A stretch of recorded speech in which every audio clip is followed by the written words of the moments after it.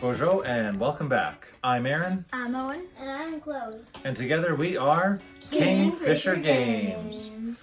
So today's video we're going to be doing my 10 favorite games in nature or nature games. Things that take place outside or the main part of the game is implied that you're outside or nature is part of it. It's my list.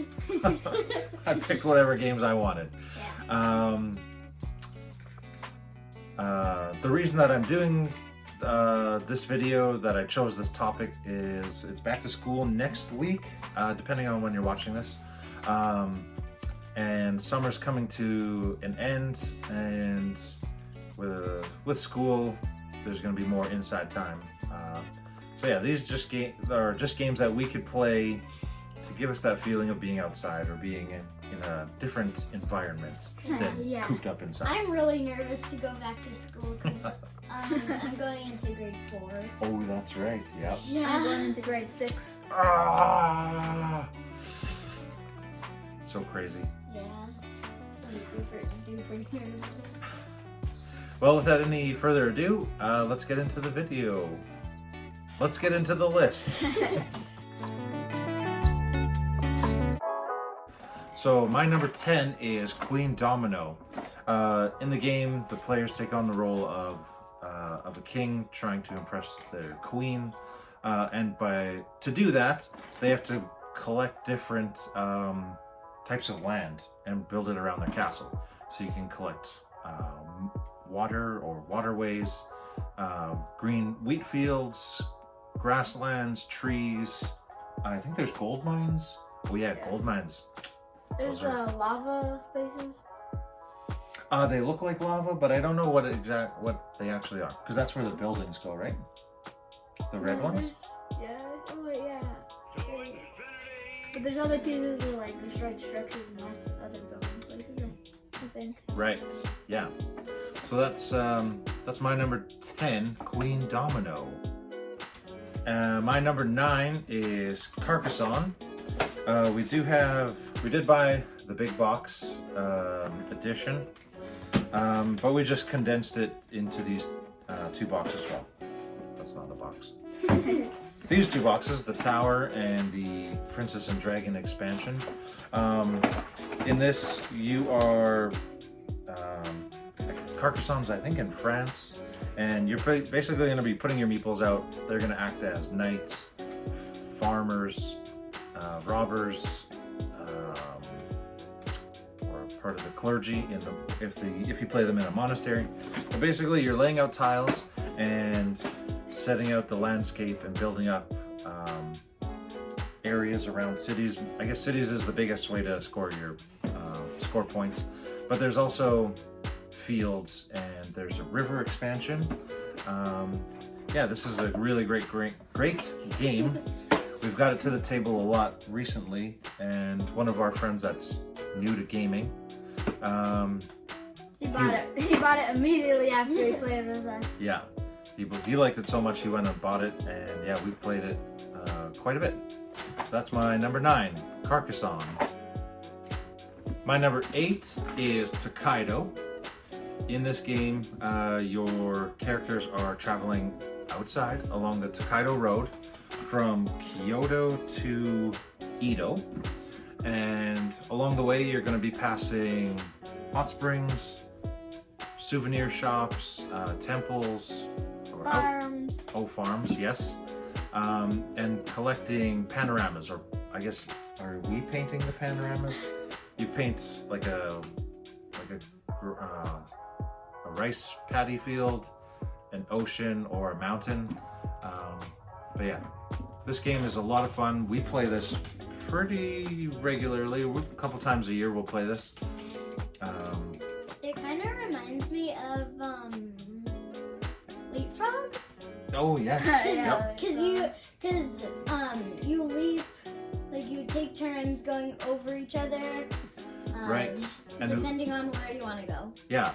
So if you want to move to an action further down the Tokaido Road, you can jump to there. But then the people that are behind you, whoever's last, they get to go next.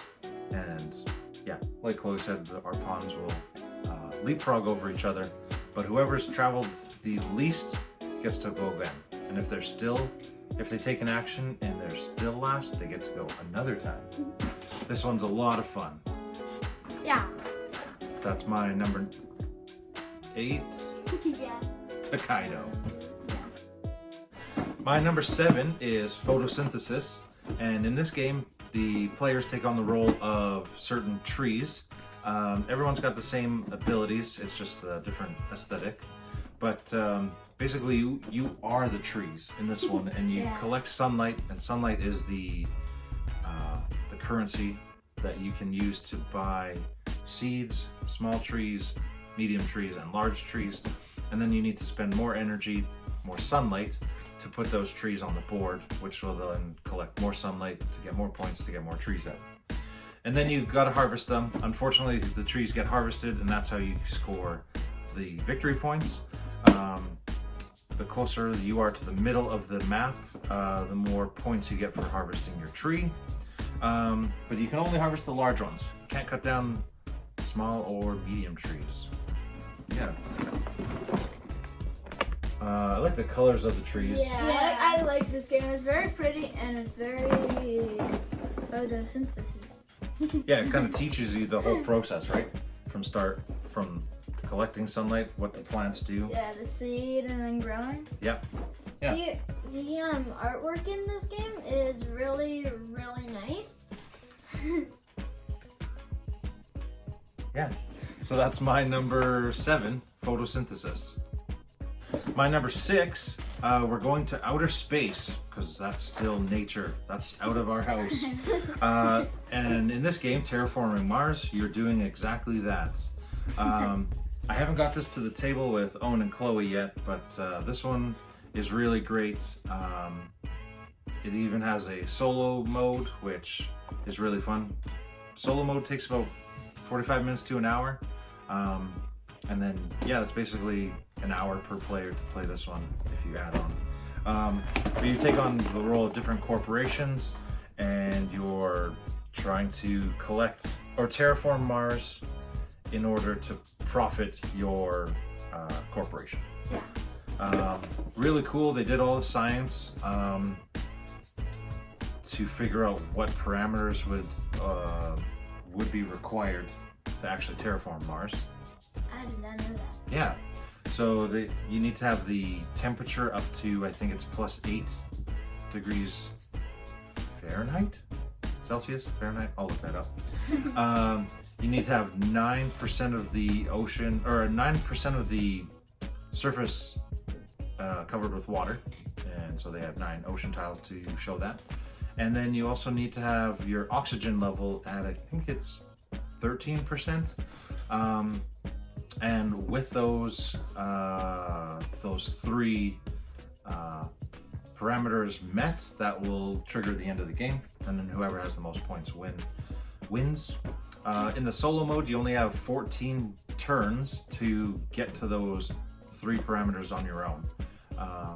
But still really fun, lets you play with the different corporations to learn them by themselves. But this is a really fun game, and I can't wait to get this one to the table with these guys. That's my number 6, Terraforming Mars. For my number 5, we have Stone Age. This is a game, probably one of my first games that got me into the hobby. Everybody takes on the role of these hunter and gatherer groups. You're gonna go put them on different action spaces. And the mechanic in this is worker placement. You're gonna collect wood, stone, Gold and brick. brick, that's right, like clay bricks. All things found outside. And then you can also build huts. You can collect cards. Those cards will have different scoring abilities on them. Totems,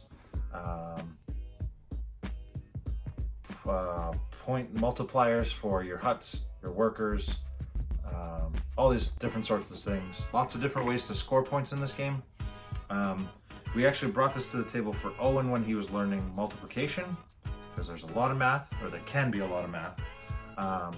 So we had fun and we learned math. Yeah, I really like this game. What are the times tables that you use for this? You remember?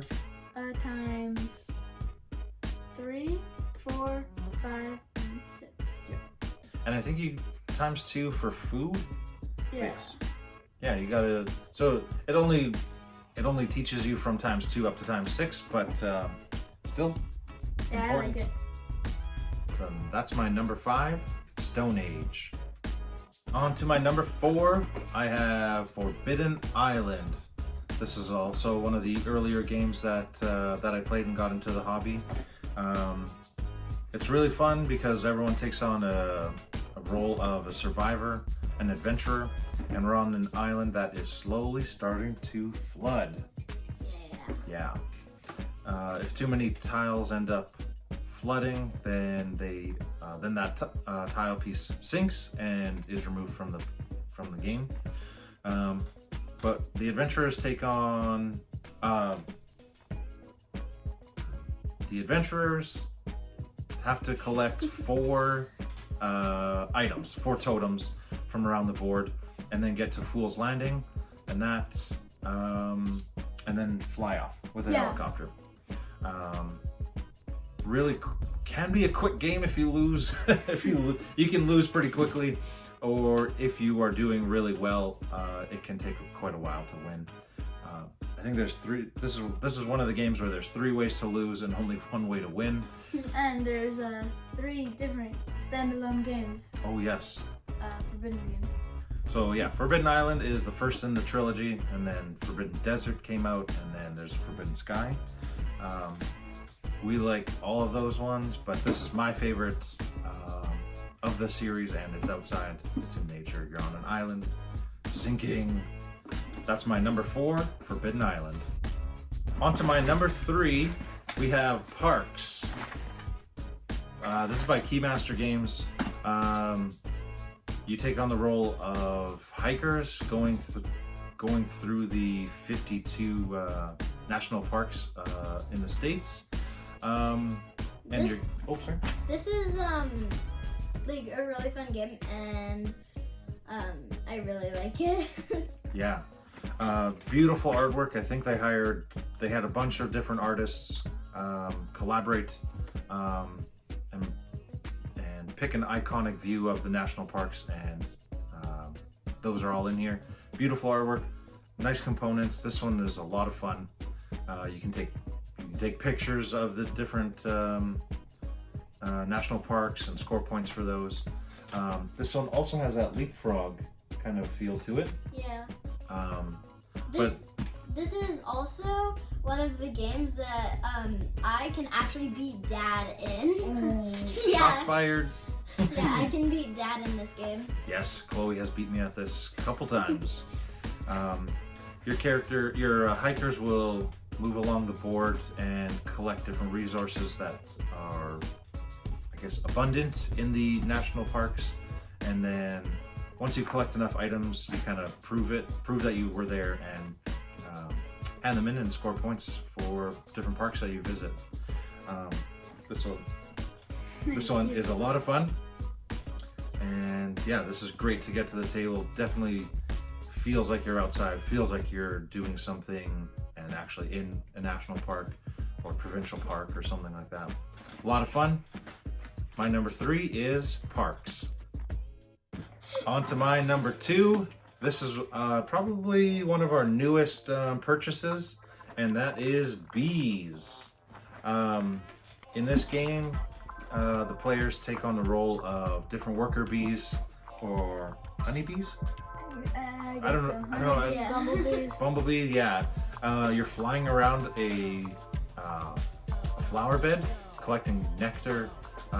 If you can get the nectar into certain colors of nectar, certain orientation, and certain groups of nectar, that's how you score points.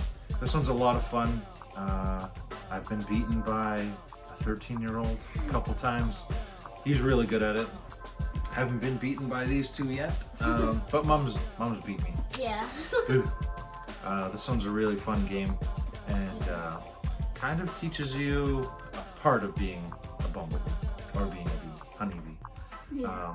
But yeah, this one's really fun. My number 2, bees. And my final game, my number 1 nature game or game that's in nature is Reef. I guess the characters are taking on the role of coral reefs in essence and building up different types of reefs, different colors. This game looks so good on the table. It's very pretty and it's a cool first player. Yeah. And we did do a video on this one. Yeah, so again, there will be a link to that video in the description. But this game, the players will have cards in their hand that will let them play different coral reef pieces out. You want them in different or certain number columns and different orientations and line groupings and stuff like that. But yeah, this one looks so good on the table. I've never been to a coral reef, but this makes me feel like I'm diving and looking down at the different corals and stuff like that. Like we're merpeople landscaping. Oh, merpeople landscaping. Yes, there you go. That would have been cool to see that in the rule book. That we are merpeople. Landscaping for the best yard. That sounds fun. Yeah. Yeah. Cool. So that's my number 1 nature game / game in nature, an outside feeling game, Reef. Well, that's the list. Thanks for watching. If you'd like to support our channel, like and subscribe for more board gaming content. And also, if you'd like to see any of these games featured in an upcoming video in the far away near future, comment down below. We like to have fun here and hope you do too. Gigawabmin Minawa. We'll see you again.